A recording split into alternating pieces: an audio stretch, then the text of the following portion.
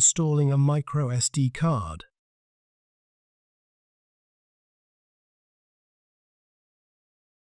Place the microSD card into the socket.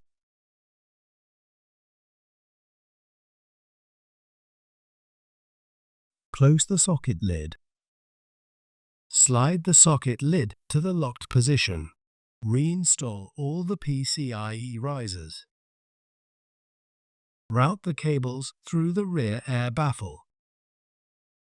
Reinstall the crossbar.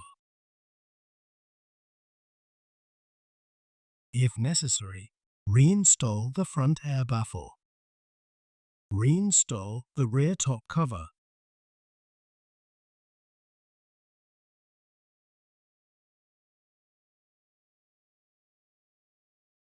Reinstall the front top cover.